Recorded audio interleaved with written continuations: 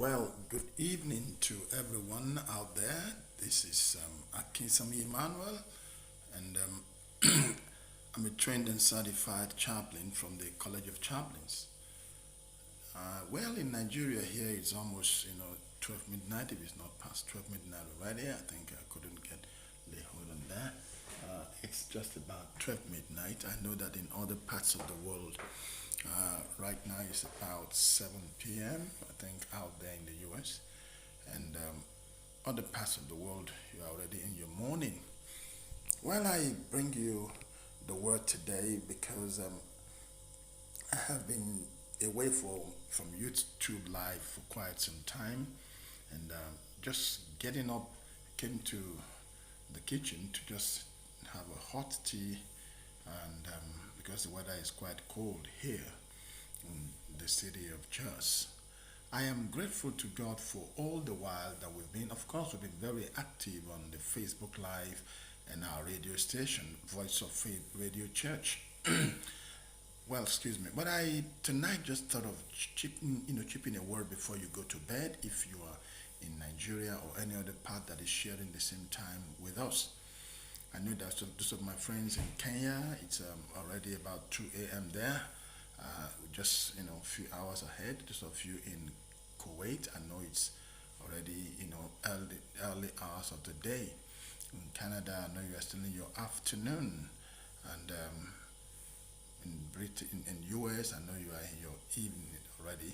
So let's just do a little thing. I want to remind you because what you go to bed with matters, and what you also wake up also matters. I want you to go to bed tonight with this topic I put up there. Words can either attract or repel. Words can either attract or repel. Now, what is it about words? The words that we hear, the words that we speak, they have ways of affecting our relationships with people. And the words that we speak for the first time, when people hear us, our disposition, our composition has a lot to do with, of course, how people see us, and how they rate us, and how they accept us, later in life. For me, I think that if we look at the Bible, in Proverbs chapter 21, chapter 15, first of all, he says, soft answer turns away wrath. Soft answer turneth away wrath. And if you look at Ecclesiastes chapter 10, verse 19, it says, in the multitude of words, sin is not wanted. If you look at James chapter 3, it says, the tongue is a little member of the body, but boasteth big things, and is an unruly evil that no man can actually tame. A man that can actually manage his words, the Bible calls him a matured man. How matured are you today, child of God, with the way you use your words? Now, words can attract people, depends on how you use it. There are people that spoke good words.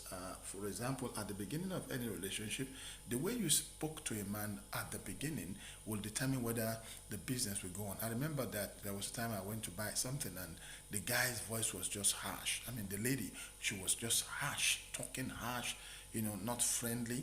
Of course, you don't expect me to come back to that shop, because he that, wants many friends will show himself friendly.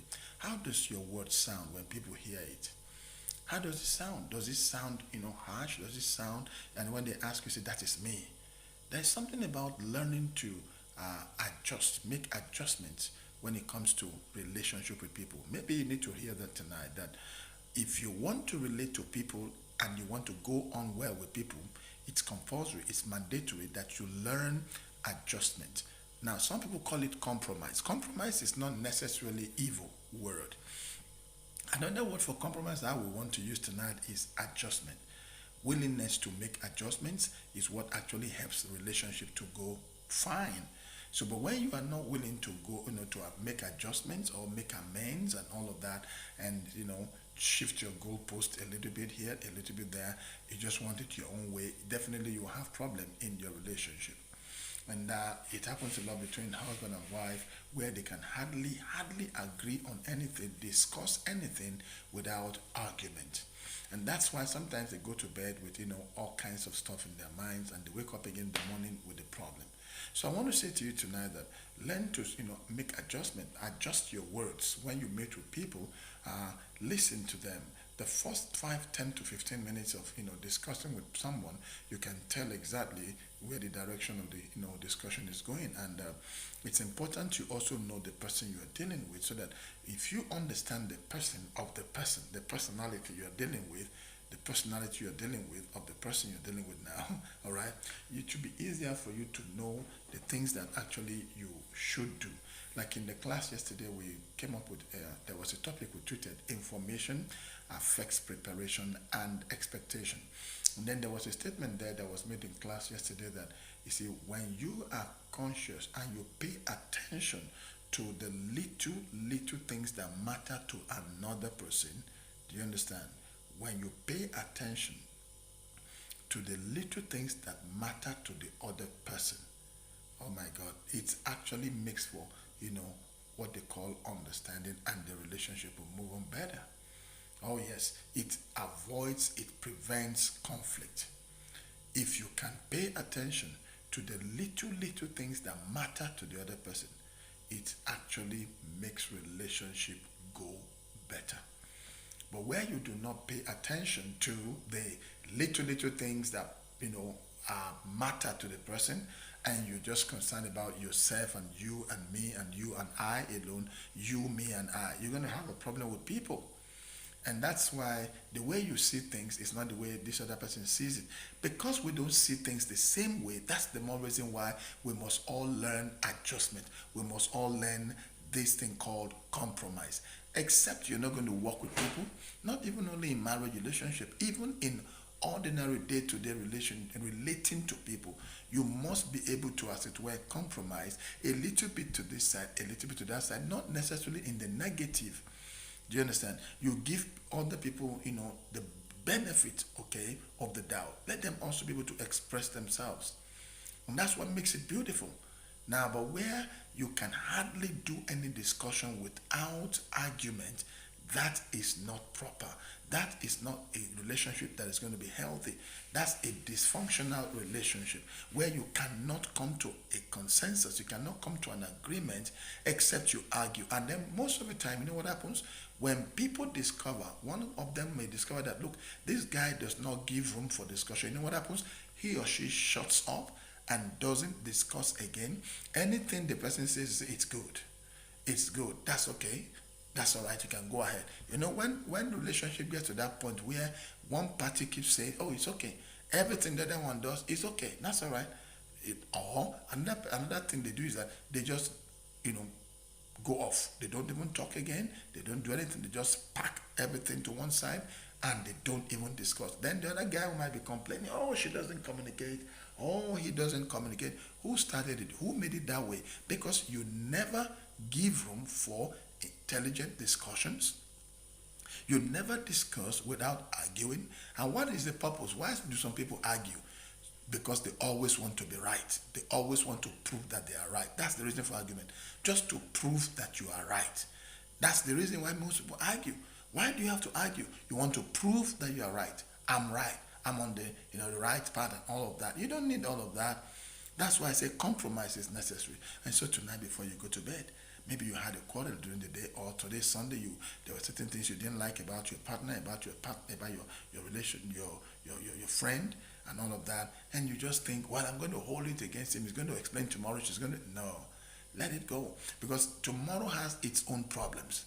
And I pray that you will understand that in life, for anything relationship to move forward, you must learn to shift your goalpost a little bit here, a little bit there, and then learn to, as it were, make adjustments and use the right word, positively compromise with the other person. You don't win arguments all the time. Don't have that posture. And then once you get to that point, you are suspicious, you are not, straightforward, you begin to, distrust yourself. And once you create that, the relationship is broken. So I told you what happens is that the person will always agree with whatever you said just to avoid argument, or the person will just go off and not say anything. Keep doing it your way. And then that is no more relationship. That is not a relationship. Do you understand? So tonight, before you go to bed, think about it. Must you always win an argument? Suffer yourself to be defrauded. Once in a while, allow it to go. Play the fool. Massage the ego of the other person once in a while. And then you will see what happens. The person will come back by himself, especially husband and wife. When you choose to be super intelligent, super independent, you're definitely going to have a problem. God bless you tonight as you go to bed. And don't forget to join us on the Voice of Faith Radio Church tomorrow morning at 6:30. Download the app that we have, Cloud Radio and Simple Radio. If you're using an iPhone, Simple Radio is good for you. It's in Apple Store. And if you're using Android phone, both of the apps, Simple and Cloud Radios, are wonderful applications that you just search for the Voice of Faith Radio Church, and then you'll be able to connect with us. We're starting 6:30 and we end the first the half of the discussion or the transmission ends at 3, and then 3:30 we go off at 3:30 and we return at 6:30. Don't forget 6:30 to 3:30, and then we go off and return at 6:30 to 9:30. For now, we have limited equipment and limited people that run our work for us, so we actually don't do all day. God bless you and strengthen you in Jesus' name. You may share this with your friends, and please don't forget to click the subscribe button. Shalom.